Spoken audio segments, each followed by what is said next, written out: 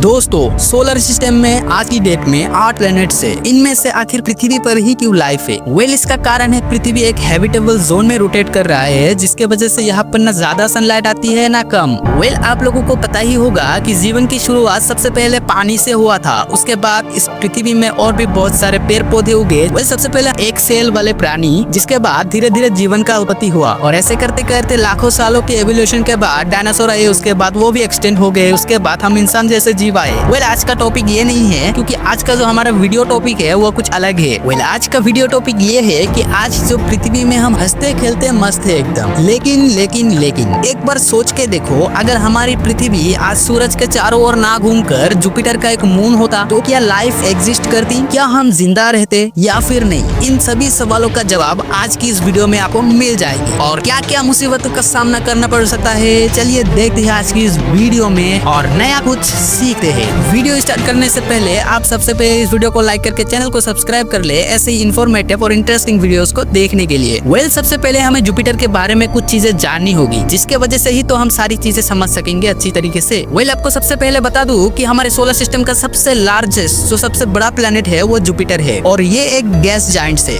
Gas Giants उन planet को कहा जाता है जिसके अंदर कोई सरफेस नहीं होता। जैसे कि हमारे पृथ्वी के अंदर लैंड वगैरह है, लेकिन उनमें कुछ लैंड वगैरह कुछ भी नहीं होता, सिर्फ और सिर्फ गैसेस से बना होता है। जुपिटर हमारे सोलर सिस्टम का 5th नंबर वाला प्लेनेट है और ये इतना बड़ा है, इनमें हमारे पृथ्वी जैसी प्लेनेट 1300 आराम से फिट हो जा सकते हैं। सूरज से जुपिटर का दूरी 77 करोड़ 85 लाख किलोमीटर दूर है। ये इतनी दूर है कि आप समझ लो कि हमारे यहाँ पे जो सनलाइट आती है वही सनलाइट जुपिटर में सिर्फ और सिर्फ 25% ही आता है, जिसके वजह से वहाँ पर काफी ठंड है। जुपिटर का यूरोपा, यही मून को देख लो, ये एकदम इतना ज्यादा बर्फ से ढका हुआ है, इतना मोटा लेयर है कि इसको अगर पिघला दिया जाए तो हमारे अर्थ से भी ज्यादा दुगनी 3 गुना ज्यादा पानी हो सकता है अगर इसको पिघला दिया जाए तो। लेकिन ये जो जुपिटर है ये प्लेनेट काफी ज्यादा रहस्यमय है। क्योंकि मैं ये बात क्यों कह रहा हूँ आप पहले जान ले, क्योंकि जुपिटर का जो कोर है वो एकदम इतना ज्यादा गर्म है ना कि आप लोग सोच भी नहीं सकते। इसका अंदाजा आप यही से लगा लो कि सूरज का जो सरफेस होता है ना, उससे भी 2-3 गुना ज्यादा गर्म होता है जुपिटर का कोर, जो कि सच में बहुत ही ज्यादा मिस्टीरियस है यार। वेल, अगर हम जुपिटर के मून्स की बात करें तो जुपिटर का मून 79 है अभी के टाइम पे, और हमारा अर्थ का तो सिर्फ एक ही मून है जो कि आसमान में दिखने से बड़ा ही प्यारा नजर आता है। वेल, जुपिटर का इतना सारा मून होने का बावजूद भी इसके पास सिर्फ और सिर्फ 4 ही मून है जो फ्यूचर में पृथ्वी जैसा रहने लायक हो सकता है। इनमें से एक का नाम है कैलिस्टो, दूसरा का नाम है यूरोपा, तीसरा का नाम है आयो और चौथे का नाम है गैनीमेड। इनमें से गैनीमेड सबसे बड़ा मून है। वेल, आप लोग सोच रहे होंगे कि इस मून्स को किसने डिस्कवर किया था सबसे पहले। वेल, मैं आपको बता दूं कि 1610 में जब गैलीलियो अपने टेलीस्कोप से देख रहा था आसमानों में, तो इसने सबसे पहले जुपिटर को देखा। उसके बाद इसके 4 मून्स को भी देखे, उसके बाद यही डिस्कवर हो गए। वेल, आपको मैं बता दूं, गैलीलियो जो है वो इंसान सबसे पहले टेलीस्कोप का आविष्कार किया था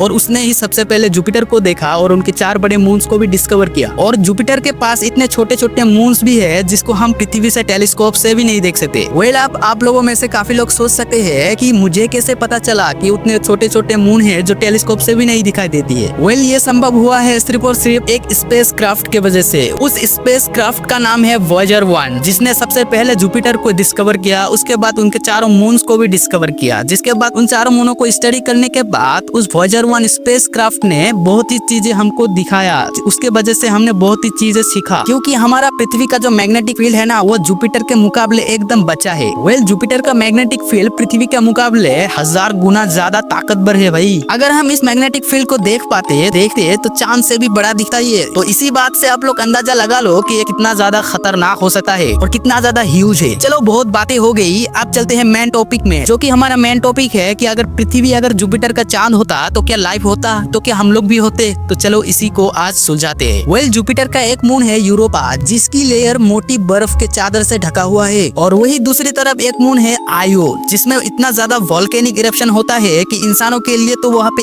1 मिनट भी टिकना इम्पॉसिबल है। अगर पृथ्वी जुपिटर का हेलिस्फीयर में एंटर हो जाए, हेलिस्फीयर यानी जुपिटर का 80 मिलियन किलोमीटर की रेंज में अगर आ जाए, तो ये जुपिटर उसको खींच लेगा और अपना एक मून बना लेगा। उसके बाद आज जैसा पृथ्वी सूरज के चारों ओर घूमता है, उसी तरह तब पृथ्वी जुपिटर के चारों ओर घूमने लग जाएगा, क्योंकि जुपिटर का ग्रेविटी जो है वो काफी स्ट्रॉन्ग है। जैसे कि हमारा पृथ्वी आज चांद को ग्रेविटी के कारण उसको चारों ओर घुमाता रहा है, वही जुपिटर कल को हमारे पृथ्वी को भी ऐसे ही घुमाएगा और पृथ्वी से आकाश का व्यू कुछ ऐसा आएगा। देखने में काफी अट्रैक्टिव लग रहा होगा ना, लेकिन वेट थोड़ी देर बाद नहीं लगेगी, क्योंकि पहले ही बोला था 77 करोड़ 85 लाख किलोमीटर दूर है सूरज से जुपिटर, जिसकी वजह से हमारे पृथ्वी में वहाँ पे सिर्फ और सिर्फ 25% ही लाइट जाएगा, जो कि हमारे लिए काफी नहीं है, जिसके वजह से काफी ज्यादा ठंड पड़ जाएगी। और एक कारण है जुपिटर का मैग्नेटिक फील्ड। ये मैग्नेटिक फील्ड हमारी पृथ्वी को तो बचा लेगी, लेकिन इस मैग्नेटिक फील्ड का जो रेडिएशन है उससे हमें कौन बचाएगा, क्योंकि इसका रेडिएशन हमारे पृथ्वी के मुकाबले 1000 गुना ज्यादा ताकतवर है। इसीलिए सूरज का अल्ट्रावायलेट रेस से ये हमें बचा भी लेगा, लेकिन इससे कौन बचाएगा हमें। चलो हम मान लेते हैं कि हम बड़े बड़े बंकर बनाकर अंडरग्राउंड हो जाते हैं, और मान लेते हैं कि हम पहले जैसा हैबिटेबल उस बंकर के अंदर बना लेते हैं, लेकिन तब भी क्या हम बच पाएंगे?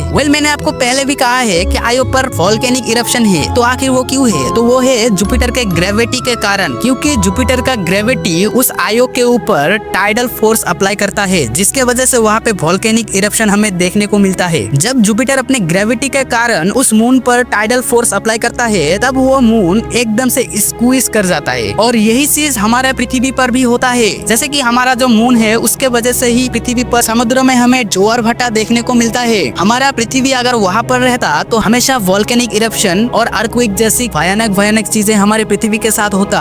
ये सब तो होते रहता, लेकिन एक और चीज है जो कि है ईयर, यानी कि साल। वहाँ का एक साल हमारा यहाँ का एक साल वहाँ पे 12 साल गुजर जाता, यानी कि एक आदमी अपने पूरे लाइफ टाइम में सिर्फ 5 से 6 बार ही अपना बर्थडे मना सकता है, वो भी अगर जिंदा रहे तो इसी बात से सोच लो कि हम कितने ज्यादा लकी है, जो कि हमारा पृथ्वी इतना ज्यादा हैबिटेबल जोन पर है, जिसके वजह से आज हम इतना सुकून से रह पा रहे हैं। तो आज का मोटिव आपको सिर्फ और सिर्फ लकी फील करवाना था, क्योंकि कुछ लोग सोचते हैं कि भाई मैं लकी नहीं हूँ। ऐसा कभी भी मत सोचो, आप बहुत ही ज्यादा लकी हो यार, जो कि इस पृथ्वी में हमें आने का एक मौका मिला। तो कुछ करना अपने लाइफ में, जैसे कि कुछ भी करो तुम, लेकिन मेहनत से करना। सो गाइस, आज का ये वीडियो यही तक था। अगर आपको वीडियो पसंद आया तो चैनल को सब्सक्राइब करके वीडियो को एक लाइक कर देना। उम्मीद करता हूँ आपको वीडियो बहुत ही ज्यादा पसंद आया हो। मैं इस चैनल पर इस तरह का कंटेंट ही लाता रहूंगा, आप बस सब्सक्राइब कर ले और मेरा वीडियोस को वॉच करे। चलिए गाइस, आज का ये वीडियो यही तक था। बहुत बहुत धन्यवाद आप सभी लोगों का।